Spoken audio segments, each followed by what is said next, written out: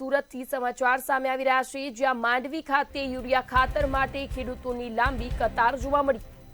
ત્યારે યુરિયા ખાતર માટે ખેડૂતો વહેલી સવારથી જ કતારમાં લાગ્યા છે। ત્યારે સમગ્ર દક્ષિણ ગુજરાતમાં પૂરતા જથ્થાને કારણે ખેડૂતોની મુશ્કેલી વધી છે। યુરિયા ખાતર સાથે અપાતા નેનો યુરિયાનો ખેડૂતોએ વાંધો ઉઠાવ્યો છે। જ્યારે જરૂરિયાતના સમયે જો ખાતર નહીં મળતા ખેડૂતો રોષે જોવા મળ્યા। સમાચાર સુરતથી સામે આવી રહ્યા છે, જ્યાં માંડવી ખાતે યુરિયા ખાતર માટે ખેડૂતોની લાંબી કતાર જોવા મળી। યુરિયા ખાતર માટે ખેડૂતો વહેલી સવારથી જ કતારમાં લાગ્યા આવે છે, પરંતુ જ્યારે ખાતર માટે ખેડૂતોએ આવેદનપત્ર આપવું પડે ત્યારે આ જે સરકારની જે વ્યવસ્થા છે તેના ઉપર ચોક્કસથી સવાલો ઊભા થતા હોય છે।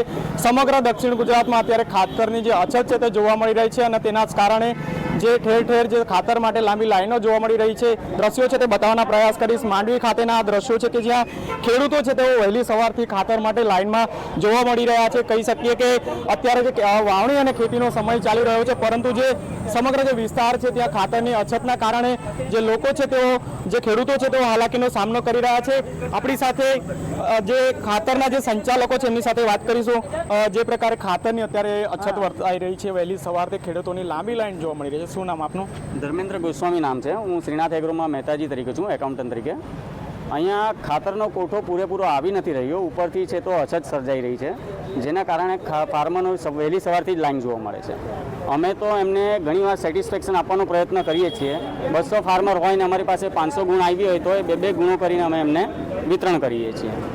શું રજૂઆત છે સરકારને? આટલા બધા ખેડૂતો સવારથી લાઈનમાં છે, પૂરતો જથ્થો નથી કે પછી ઉપરથી સ્ટોક નથી મોકલવાનો? ઉપરથી સ્ટોક નથી આવતો, પૂરતો જથ્થો આવતો જ નથી, જેના કારણે ફાર્મરને અને અત્યારે જ જરૂર હોય છે। ડાંગરના ફાર્મર જે પેઢીના ફાર્મરો છે તેમને અત્યારે જરૂર હોય છે ને ઉપરથી કોઠો એટલો મંજૂર થતો નથી ને એટલો આવતો નથી।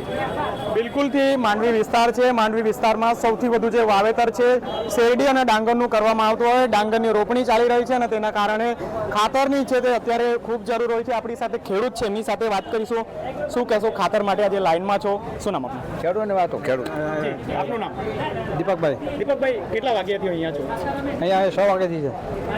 કેટલી જરૂર ખાતરની અત્યારે? અત્યારે 10 બેગની જરૂર છે। ખાતરની 10 બેગની જરૂરિયાત છે, પરંતુ ખાતરનો જે જથ્થો નથી આવી રહ્યો તેના કારણે જે ખેડૂતો છે ચિંતામાં મુકાયા છે। આપણી સાથે અન્ય એક ખેડૂત છે, એમની સાથે વાત કરીશું। શું કહેશો, કેટલી વાગ્યાથી લાઈનમાં છો અને ખાતર નથી મળી રહ્યું? અમે તો મહિનાથી આટા મારીએ છીએ, મળે ને 1-2 ગુણ મળે એનો કોઈ મતલબ રહે નહીં। આપણે તો 15 થી 20 ગુણ લેવાવાળા છે, 1-2 ગુણ લઈ જઈને કરવું હું લાઈનમાં ઉભા રહેવું, ટાઈમની બરબાદી થવાની, બીજું કાંઈ થાય નહીં। શેનું વાવેતર કર્યું? ભાતમાં નાખવાનું છે, શેરડીમાં નાખવાનું, શેરડીનો ડોઝ મારવાનો છે, ડોઝ મારવાનું ખાતર મળ્યું નથી કરવું, એ વાંધો છે। પૂરક જે ખાતર યુરિયાની જરૂરિયાત પડતી હોય છે તે નથી મળી રહ્યું અને તેના કારણે ખેડૂતોની ચિંતા વધી છે। અન્ય એક ખેડૂત છે, એમની સાથે પણ વાત કરીશું। કાકા, શું નામ છે? ખાતરની અછત છે, શું નામ? રમેશભાઈ ચૌધરી ઉટેવા। આ અત્યારે અમે બિયારણ મોંઘું લઈને ભાત ડાંગર રોપ્યું છે, પણ હવે એને મોટું કરવા માટે કે નહીં પોષણક્ષમમાં છોડ બનાવવા માટે અમે જ્યારે ખાતર લેવા આવીએ છીએ ત્યારે ખાતર મળતું નથી અને લાઈનોમાં ટોકનમાં અપાઈ ગયું એવું જવાબ મળે છે। દરેક ડેપો પર તપાસ કરીએ છીએ, કોઈ પણ ડેપોમાં દક્ષિણ ગુજરાતમાં કંઈ દેખાતું નથી કે યુરિયા આપતા હોય। એટલે જેથી કરીને ખેડૂત અત્યારે જે સરકારની નીતિ છે એ સરકારની નીતિ એવી છે કે ભાઈ ખેડૂતોની બમણી આવકની જગ્યાએ બમણો પાયમાલ થઈ રહ્યો છે। એ કોઈ દેશ ઉપર આવી શકે નહીં ખેડૂત કે આ નીતિઓ અમે દવા મોંઘી લેવાની, બિયારણ મોંઘું લેવાનું અને ધક્કા ખાવાના, તો જે પૈસા નફાના મળે અને જ્યારે અમે એને વેચાણ કરવા જઈએ એને ભાવ મળતો નથી, તો આ ખેડૂત શું કરે? ખેડૂતને પેટે પાટો બાંધવા પડે એવી વાતો છે। આ સરકાર જો જાગે અને કંઈક આદિવાસી વિસ્તારમાં કે એવામાં કંઈક વિચાર કરે તો આ બધાનું ભલું થાય એવું છે। એમાં તો બીજું અમે શું કહી શકીએ? અમે કગરીને થાકી ગયા છે પણ અમને મળતું નથી। ખેડૂતો કહી રહ્યા છે લાઈનમાં ઊભા રહીને થાકી ગયા છે। સરકાર દ્વારા વ્યવસ્થા કરવામાં આવે, તંત્ર દ્વારા જે વ્યવસ્થા છે તે કરવામાં આવે।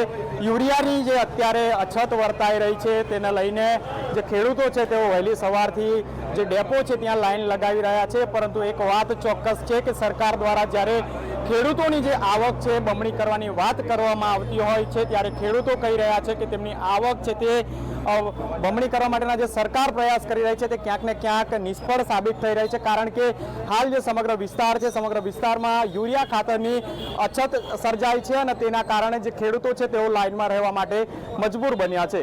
નલિન ચૌધરી, મંતવ્ય ન્યૂઝ, સુરત.